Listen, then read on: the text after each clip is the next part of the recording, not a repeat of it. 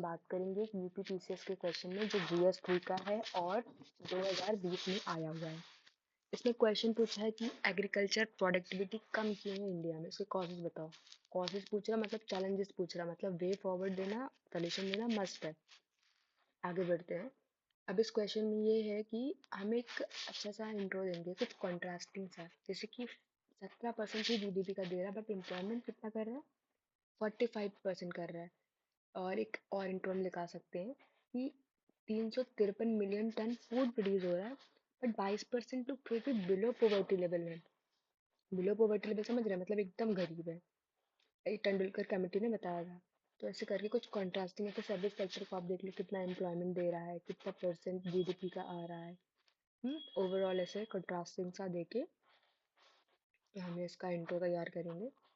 फिर हम इसके कॉजेज में आएंगे कि कॉजेज क्यों कम है। अब आप इनपुट के पैटर्न पे जाओ, इनपुट पैटर्न से सोचो कि कैसे।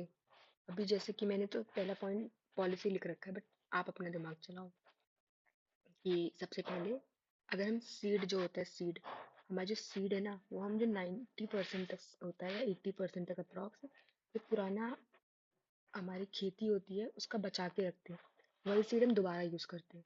एक तो कैपेसिटी, कैपेबिलिटी, इनोवेशन, इफिशिएंसी कम हो जाती है। ठीक, तो वो एक इशू हो गया हमारा कि हमारे सीड में खराबी है। उसका सीड रिप्लेसमेंट रेशियो जो है ओवरऑल इंडिया में सिर्फ 55% है। और ये जीएम सीड्स जो है उसका हाल तो देख ही रहे हैं, कितने सारे इश्यूज और उसके साथ डेवलप हो रहे हैं। फिर हम देख सकते हैं कि पानी, पानी में क्या दिक्कत है कि हमारा एरिया रेन फेड में आता है 52%, मतलब 52% एरिया जहाँ पे पानी की दिक्कत है। हम सिर्फ बारिश से वहाँ पे डिपेंडेंट है पानी के लिए। और बारिश कब आती है, सिर्फ 80% सिर्फ 3 महीने में आती है। तो एक ये रीज़न हो गया कि हमारा इंफ्रास्ट्रक्चर में इश्यूज है। दूसरा, अगर अनाज आपका बन भी जाता है तो जो अनाज हम जहाँ पे बोते हैं वो कितने छोटे छोटे फार्म लैंड्स हैं, पिद्दू पिद्दू से हैं। तो जिससे एवरेज यील्ड जो है वो बहुत कम आता है। इसलिए देखिए 1950 में 2 हेक्टेयर था और अभी सिर्फ 0.7 हेक्टेयर बचा है। तो ये एवरेज साइज है लैंड होल्डिंग की, कितनी कम होगी। अब इतने में क्या अनाज होगा, कितना यील्ड होगा, थोड़ा सा होगा। इनकम उससे ज़्यादा ही लगने वाला है। ये सब हो गया। अब आपने अनाज उगा लिया, इसको आप ले जाके बाहर बेचोगे मार्केट में। अब मार्केट में जो है ये मिडिल मैन वैन का इशू था, तो एपीएमसी मंडी बना दी गई, एमएसपी का इशू आ गया। इसमें अवेयरनेस सिर्फ 50% को है, बेनिफिट सिर्फ 6% फार्मर्स को मिल रहा है आपका ये एमएसपी के थ्रू। बाकी अनाज, मान लो इतना सारा अनाज है, सब तो एक साथ मंडी से भी तो थोड़ी कहीं चला जाएगा, मंडी में रखा रहना चाहिए। अब मान लो हमारे पास कोल्ड चेन से, हमारे पास टोमेटो, अनियन, पोटैटो है, हमारे पास कोल्ड चेन ही नहीं है, तो इसकी हम लाइफ भी नहीं बचा पाते हैं। सिर्फ 15% एपीएमसी में कोल्ड चेन है जहाँ पे हम सामान को स्टोर कर सकते हैं। और हमारी स्टोरेज कैपेसिटी जो है वो भी बहुत बहुत कम है। तो फिर उसके बाद हम रिसर्च इसका कि और कोई मेथड अपनाएं हम इम्प्रूवमेंट के लिए, ताकि प्रोडक्टिविटी बढ़ सके। हमारे सिर्फ 0.7% करते हैं जिसका सोसाइटी में कोई इफेक्ट दिखाई नहीं देता। No lab to society effect होता है ये, बल्कि वहीं कंपैरिजन में यूएसए में 3% है। फिर हम बात करेंगे इन्वेस्टमेंट। इन्वेस्टमेंट भाई, नया सीड खरीदने के लिए, नया इरिगेशन पंप लगाने के लिए पैसे चाहिए होते हैं। भाई पानी में 70%, मतलब है ना, पानी का जो इनपुट होता है वो 70% तो लगता है। अब इसमें फंड में क्या इशू आएगा कि फार्मर खुद ही 96% दे रहा है। कहाँ चला गया आपका ये सब माइक्रो फाइनेंस वगैरह, पीएसएल, पीएलआई जो भी बना था। तो ये इश्यूज हैं। फिर टेक्नोलॉजी किसी पहुंच ही नहीं रहा है।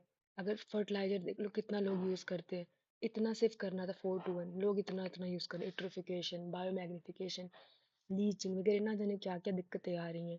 फिर अभी देखा था ना कि ये पॉलिसी बनी थी जिसमें वेस्ट यूपी को अच्छा बना दिया, ईस्ट यूपी पीछे रह गया। पंजाब पंजाब कितना ग्रोथ आ गया ग्रीन रेवोल्यूशन की वजह से।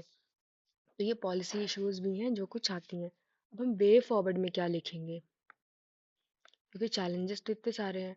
अब इसे गवर्नमेंट, ऐसे हम कुछ भी एक फॉर्मूला बना लें कि हाँ हम ग्रीन कर लें और इसके बाद लिख दें कि हम जी से कुछ बना लें, आर से रिसोर्सेज यूटिलाइजेशन सही से करें, इफ़िशिएंसी लेके आएँ, इमर्जिंग टेक्नोलॉजीज़ यूज़ करें, एन से हम नेचुरल फार्मिंग करें, ग्री से हम फिर से ग्रीन रेवोल्यूशन लेके आएँ, हरित क्रांति। ऐसे करके आप चैलेंजेस में दे सकते हो कि अगर ये सब यूज़ करेंगे हम तो ओवरकम कर जाएंगे। और फिर गवर्नमेंट स्कीम है पीएम फसल योजना, डिजास्टर से प्रोटेक्ट करने के लिए पीएम किसान फॉर पीएम कुसुम, और आपका प्रधानमंत्री सिंचाई योजना। जो जो एक एक इश्यूज है ना, जैसे इरिगेशन का इशू है तो पीएम सिंचाई योजना लगा देंगे, PM Kusum for input, solar pump sustainable agriculture के लिए कर लेंगे। और वहीं पे आपका ना सीड बैंक बनाया जाता है, सीड वॉल्ट बनता है, गांव गांव में छोटा छोटा सीड बैंक बनता है, तो ये हम लिख देंगे सीड वाले इशू में। फिर मार्केट का क्या करेंगे, कॉन्ट्रैक्ट फार्मिंग ले आओ, ऐसे कुछ सजेशन देंगे।